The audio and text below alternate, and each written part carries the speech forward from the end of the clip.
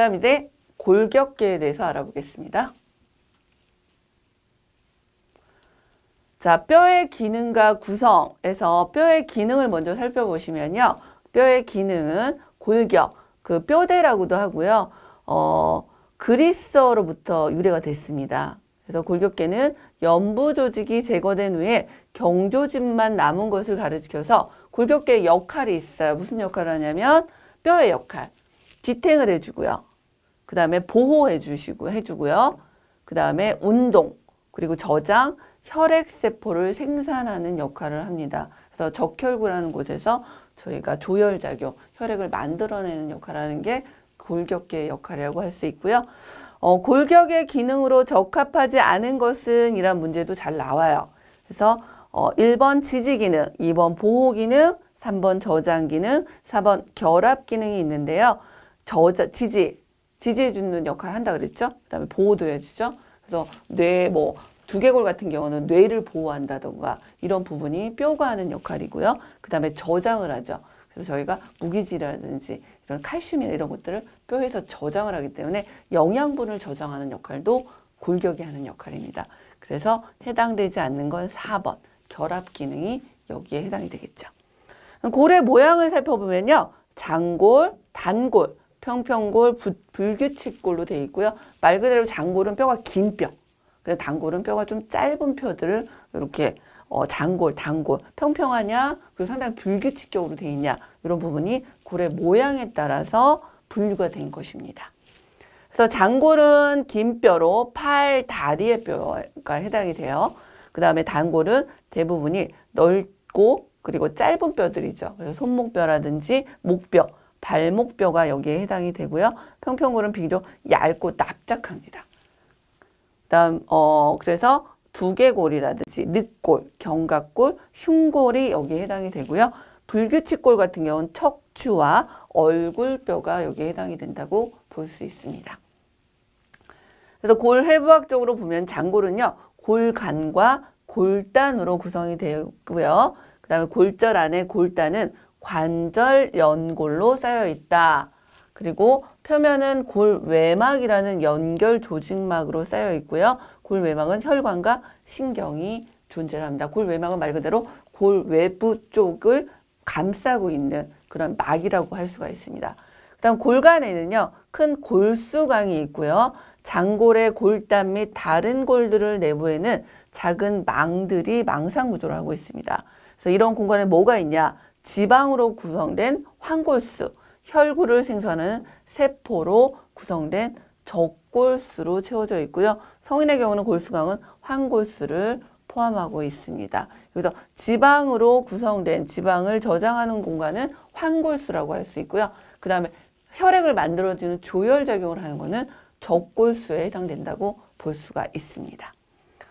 그 다음 뼈의 구성을 보면은 골막, 그리고 골조직이 있는데 골막 같은 게 뼈의 외면을 덮고 있는 결합조직이죠. 그래서 아까 얘기한 골외막, 그리고 골내막이 골막에 해당이 됩니다. 그 다음 이제 골조직 같은 경우는 뼈의 실질적인 곳으로 해멸골과 치밀골로 구성이 되어 있는데요. 해멸골은 장골의 골단과 다른 뼈의 내부를 구성하고 있고요. 뼈의 내부 연결판에 의해 형성된 강들은 망상 구조를 갖고 있고요.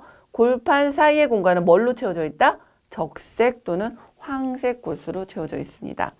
다음 치밀골은 매우 견고한 기질로 튼튼합니다. 그래서 골관과 골막을 형성되어 있고요. 치밀골의 기준은 얇은 층 사이에 위치한 골세포로 구성이 되어 있습니다.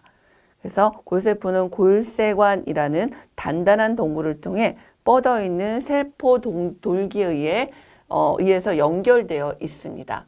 그래서 골세포는 하버스관에서 뼈의 긴축과 평평하게 달리는 혈관으로부터 영양분을 받는다라고 할 수 있고요. 영양분은 하버스관의 혈관을 떠나 골세관을 통해서 골세포로 확산이 됩니다.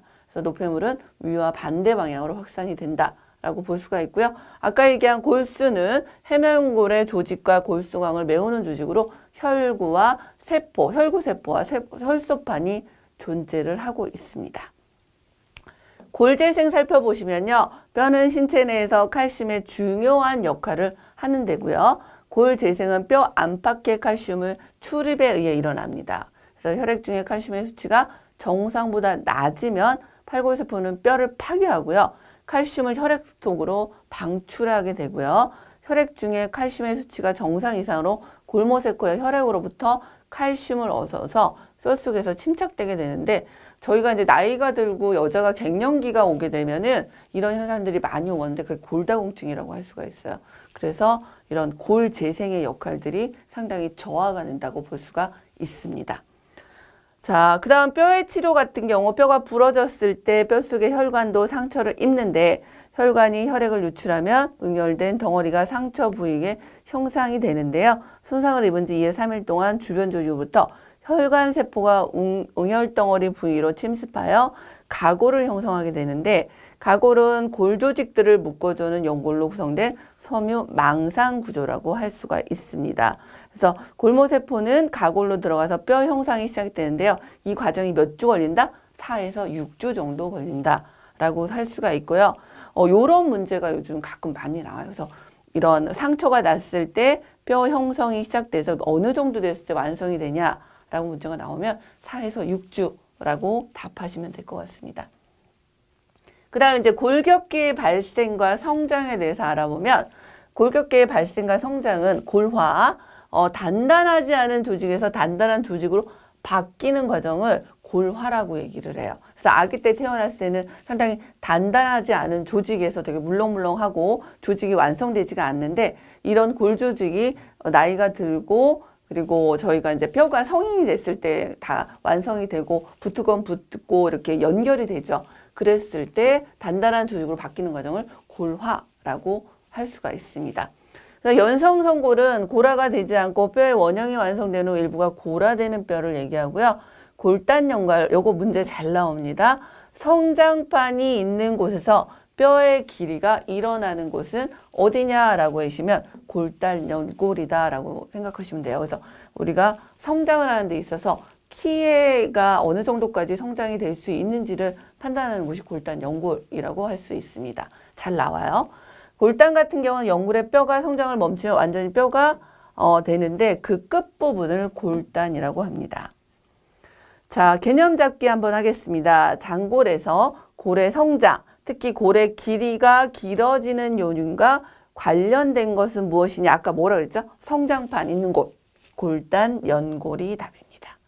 문제 잘 나옵니다. 자, 그 다음에 이제 체간 골격과 체지 골격에 대해서 좀 말씀드릴게요.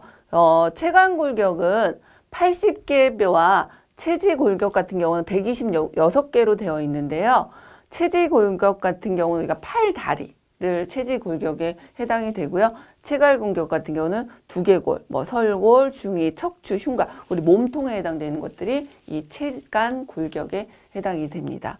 그래서 몇 개? 206개의 성인의 뼈로 구성이 되어 있어요. 이 문제도 잘 나오거든요. 성인의 뼈는 206개로 구성이 되어 있는데 체간 골격 같은 경우는 80개의 뼈, 그리고 몸통에 해당된다고 얘기합니다. 그 다음에 체지 골격 같은 경우는 팔, 다리에 해당되는 뼈로서 126개로 구성이 되어 있습니다. 그래서 전신의 골격 개수 개념 잡기 문제 바로 나왔죠. 뭐죠? 답은 2번. 206개. 인체의 골격은 206개 뼈로 구성되어 있습니다.